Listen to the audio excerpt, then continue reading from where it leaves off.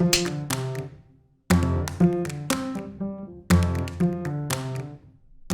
spoke in your introduction about your friendship with Russell Banks and your decision to adapt the novel Foregone.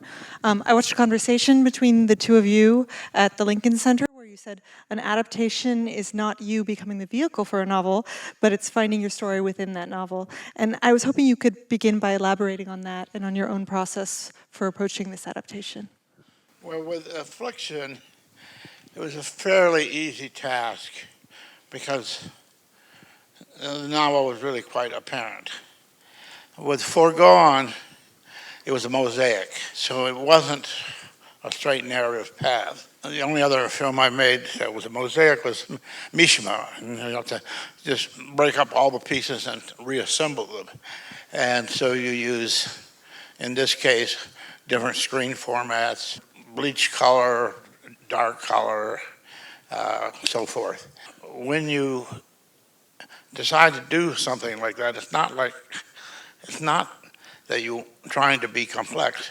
It's just that you have a problem that requires a complex solution because you're dealing with the mental projections and the fabrications and the distortions of time. A lot of people have spoken about your reuniting with Richard Gere.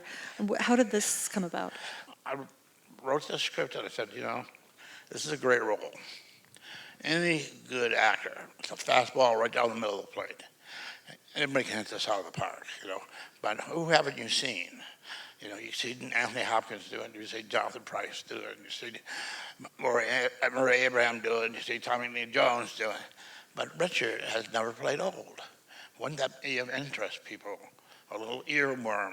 So I wonder what the dying gigolo looks like. Well, it's the old year. And so that's why I went to him. A couple of years before, I was sitting next to him when Ethan Hawke was getting an award for First Reformed. And Richard said to me, he said, how did you get him to do so little? And after Richard agrees to do the movie, he said, you remember when you said that to me, Richard? You're going to find out now. I want to ask about the Interatron, this Errol Morris's camera device. Errol came up with it. He sort of made it, and it was the first one.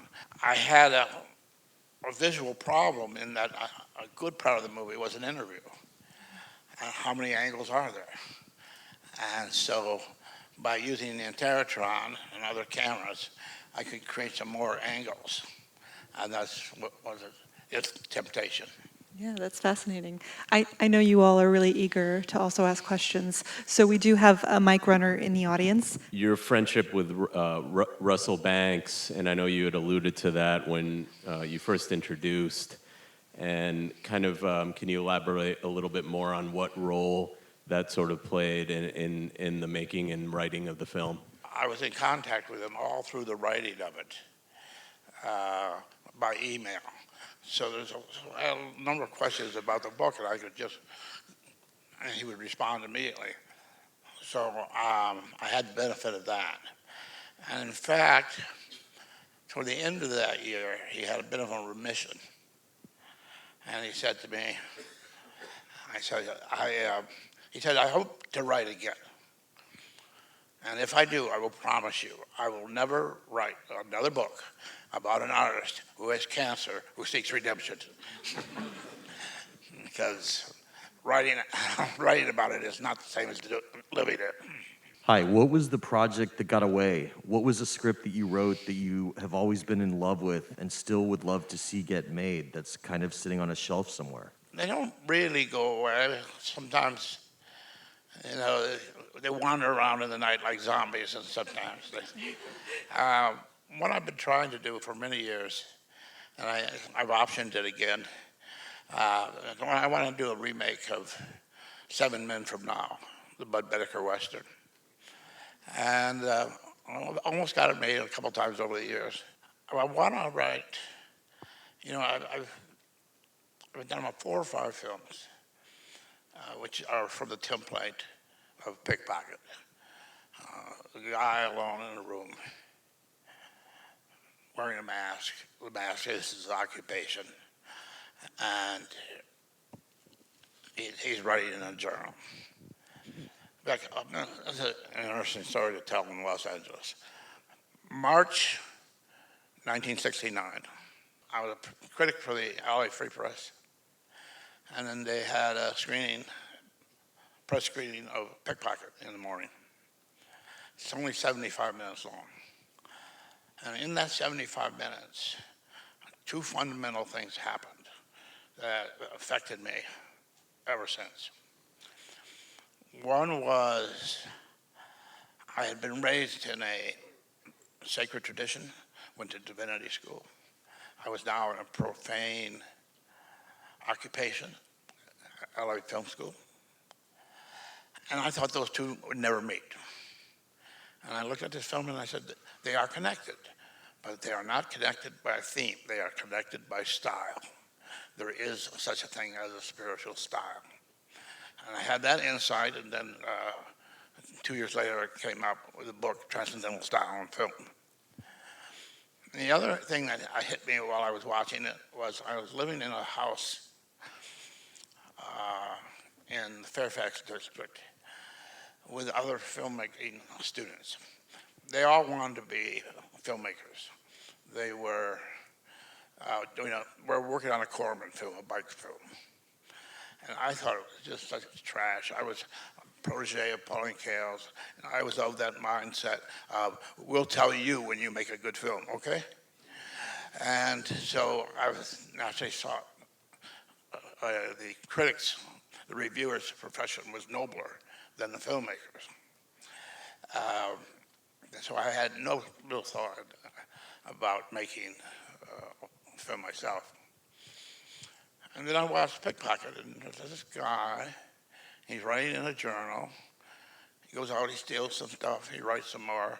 The cops come and visit him, he writes some more. He meets his neighbor, he writes some more. I said, I could write a script like that. And then three years later, I wrote Taxi Driver, which is that script. Thanks so much. That was so wonderful. I was wondering, in portraying the character, was it really challenging to adopt the right approach rather than too heroic or too flawed? I had this discussion with Russell, and I felt the character in his book was not enough of a shit.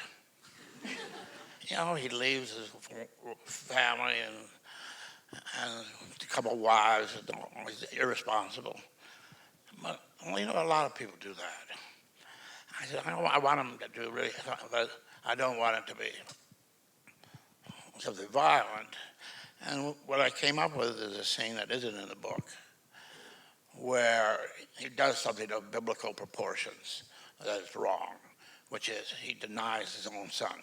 Now that's right out of the Old Testament. And I said, no, that's finally bad enough. People will see that and say, that's a bad guy. So I added that just to ratchet it up a bit. You mentioned the screenplays that have just been hanging around. I'm wondering, can you tell us a little bit about what you're working on next? Well, I wrote a noir. I wanted to go back and do a style piece. I've done 2 or 3 Color Strangers with a style piece. So I thought, man, I'd like to do one. And that's one I hope to do next year. But I've started another script in the vein of the trilogy, Card Counter and First Reformed and Master Gardener. And this time the character is a professor of philosophy and a pederast. I've outlined it. I've just started to write it. Well, we can't wait to see that one and hopefully to have it here at the festival. Thank you so much, Paul.